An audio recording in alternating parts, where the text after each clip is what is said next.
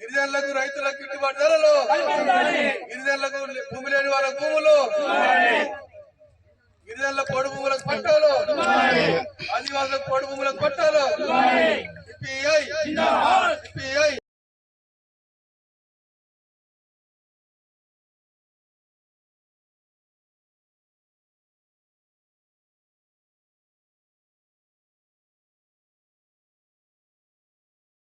కుంటాల రాములు గారు, అట్లనే మన సిపిఐ సీనియర్ నాయకులు షేక్ పాషా గారు, జిల్లా కౌన్సిల్ సభ్యులు, మన పటేల్ లచ్చు పటేల్ గారు, మన మండల జిల్లా కౌన్సిల్ సభ్యులు మండల కార్యదర్శి మహబూబ్ ఖాన్, డిహెచ్పి జిల్లా అధ్యక్షులు కామ్రే రామదాస్, బీకేఎం జిల్లా అధ్యక్షులు కండల గణేష్, అట్లే శ్రీనివాస్, మన సురేష్ గారు, ఆదివాసీ నాయకులు మాధవరావు, మన మహిళా సంఘం చాలా ఏళ్ల నుంచి కష్టపడి పనిచేస్తున్న మన కౌశల్యాబాయి పల్సికే నుండి వచ్చారు. మీరందరూ మీ అందరికీ ఇక్కడ వచ్చేసిన అందరికీ ధన్యవాదాలు తెలియజేస్తున్నాను.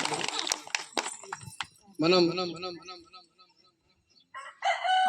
ఈరోజు మండల మహాసభ అంటే మన మండలంలో ఊరుకు ఏ ఊరు వచ్చారో వాళ్ళతోటి మండల కౌన్సిల్ కమిటీ చేస్తాం.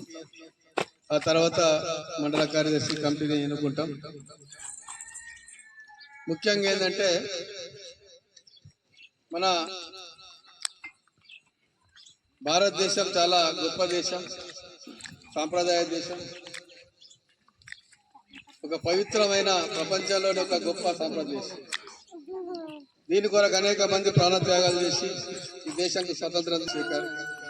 వారితో పాటు మహాత్మా గాంధీ, బాబాసాహెబ్ అంబేద్కర్, మన దగ్గర కొమరం భీమ్, బిర్సా ముండా, ఇంకా అనేక మంది నాయకులు మన ఈ దేశ స్వతంత్రంలో పాల్గొన్న నాయకులు అనేక మంది ఉన్నారు. వాళ్ళందరి త్యాగాల వల్ల ఈ దేశంలో ప్రజాస్వామ్యం వచ్చింది. బ్రిటిష్ వాడు పోయిండు. మన స్వతంత్రం, మన దేశం, మన ప్రతిపత్తి, మన దేశాన్ని మనం నడుపుకుంటా ఉంటాం. సరే, ఏదేమైనా దాదాపు 70 సంవత్సరాలు అయిపోయింది. ఎక్కడైంది దాదాపు 70 సంవత్సరాలు దాటిపోయింది మన స్వతంత్రం వచ్చి. ఈ దేశానికి సకల సంపద ఉన్నాయి, ఖనిజాలు ఉన్నాయి, అడవులు ఉన్నాయి, వనరులు ఉన్నాయి,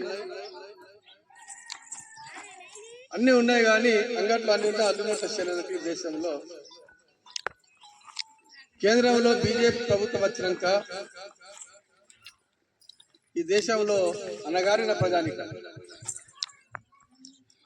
కులం మతం పేరు మీద హిందూ వేరే, ముస్లిం వేరే, క్రైస్తవులు వేరే, ఆదివాసులు వేరే, దళితులు వేరే, కులాల్ని మతాల్ని విభజించి ఈ దేశాన్ని పాలించడానికి బీజేపీ ఒక కుట్రవంతం. సరే, అన్ని రోజులు 70 సంవత్సరాల్లో మనం ఎన్డీఏ, యూపీఏ అనేక ప్రభుత్వాలు ఉండే. ఏ ప్రభుత్వాలు కూడా కులాలు మతాలు రెచ్చగొట్టి పాలన చేయలేదు. కేవలం బీజేపీలో నరేంద్ర మోడీ వచ్చినాకనే విభజించి పాలించు అనేది ఈ దేశంలో కొనసాగుతారు. ముఖ్యంగా మనం మణిపూర్ సంఘటన మీకు తెలుసు. ఈ దేశంలో ప్రపంచంలో ఎక్కడ జరగనంత సంఘటన మణిపూర్ జరిగింది. మణిపూర్లో ఏం జరిగింది? అక్కడ ఈ ప్రపంచంలోనే లక్షల కోట్ల విలువైన ఖనిజాలు